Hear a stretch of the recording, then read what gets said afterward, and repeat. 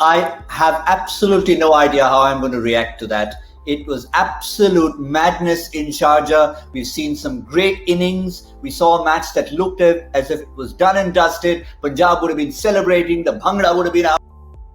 Suddenly, from nowhere, came a man who looked moments earlier as if he couldn't bat. We were questioning him and how the game turned around with 5 sixes in 1 over. There are plenty of talking points. Let's just catch our breaths and remind you of the picture that happened so far. The highest run chase successful in IPL history. Rajasthan versus Punjab, 223 for 2 after they were put into bat by Steve Smith. We thought it was a decision that would backfire, and it was a wonderful start, but when Steve Smith departed and then Sanju Samson after a brilliant innings went, we said, well, good effort, pat on the back, but it's not going to happen. It's too much out of reach. It wasn't. 226 for 6 despite a couple of hiccups to just make it more interesting at the end. Finally, as I said, we needed to catch our breaths. Hopefully, Joy Bhattacharya and Harsha Bhogle will also have caught their breaths. Harsha, try and explain that cricket match. A lot of channels pay a lot of people a lot of money to enact reality shows. Send them all home. This is a proper unscripted reality show. And if anybody told you they knew what the end was, they're either lying or they're drunk or they don't know what they're talking about. Because this game was there with Samson and Smith, was gone with Tewatia, and then he like one of those toys, you have to wind up the toy, but you can't find the key, you're running around, and then suddenly one key fits, and boom, suddenly this game was different. And I'm going to throw Joy Bhattacharya a challenge. He can turn around, look for as many books in that bookcase behind, and find one to match the thrills of this game. Oh, sensational game of cricket. Sensational game of cricket. No, absolutely. In fact, Harsha, I was just thinking there are only 2 things that I was thinking about with regard to books and literature when I saw this. One was definitely Dr. Jekyll and Mr. Hyde.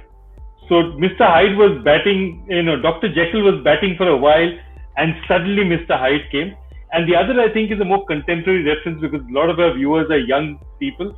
Look at that. He was 14 of 21. That means he was striking at 66%. And then he ends up at, the last few balls, he just completely changes that round. And that's an incredible thing. The only other analogy I can think of is Bruce Banner, when he's under a lot of tension, becomes the Incredible Hulk. And I'm talking about Unbreakable Hulk because, language is failing me at this point in time. I have rarely seen a cricket match like this. It is an unbelievable experience. Yeah, 14 of 21. After that, it was 39 of the next 10 balls. It only the Hulk. That is polite. Even that is polite to him because he was 8 of 19. He then hit a 6. He was 8 of 19, then 53 of 31. And that strike rate of 171. If you had told him, listen, you're going to end with a strike rate of 171, he would say, जी हमारे राजस्थान में ना बड़े लोगों ने बड़ी-बड़ी चीजें की है, लेकिन थोड़ा कम करके बोलना मुझे थोड़ा. Wow, something else. What this is going to do though, is it's going to, even if momentarily, take away from the brilliance of Steve Smith. When you see Steve Smith batting like that, and the artist, I don't think he needs to carry a bat to a cricket ground. Sanju Samson will just carry a blank canvas and paintbrushes and he'll do what he wants. Nobody hits a ball better, more pleasantly, more beautifully. Might have been just plucking a sitar. Unbelievable. What a player Sanju Samson is. If he continues playing like this and India don't have room for him, then India must be the greatest ever team in history. Yeah, 85 of 42. We talked about Shubman Gill yesterday, how he didn't put a foot wrong. But Sanju Samson, artistry of a different kind. Very straight is Shubman Gill. But as you said, artistry is the perfect way to describe that. But it's sort of, for all of us on My 11 Circle Presents Cricbuzz Live, an I told you so moment. Because if you take us back to the show at the start of the game, we said, who's going to be our My 11 Circle trump player? It's Rahul Tewatia. Not because he's going to take you some wickets. Sharjah is not a place to get wickets. But because he's likely to score some runs, or we hope he scores some runs. He did. For a while we thought, well, it was a wrong pick, but I think it was justified in the end. But honestly, somebody in that dugout obviously knew what they were doing when they sent him out, because we must all confess, we were questioning it. No, just not just that. What's the great thing about this match is, one is you're always doubting yourself. You're always thinking of something, and moment you think of something, something's proving you wrong. Secondly, there were marvelous performances on both sides. I mean, suddenly Mayank Agarwal's innings seems, 7 days before. That incredible effort by Nicholas Purran that happened just 8 overs before in the field, we've forgotten about it. Sheldon Cottrell, I mean, we were remembering him for that incredible save in the boundary, and then he goes and gets hit for 30 in his last over. So that's the other incredible thing about this match.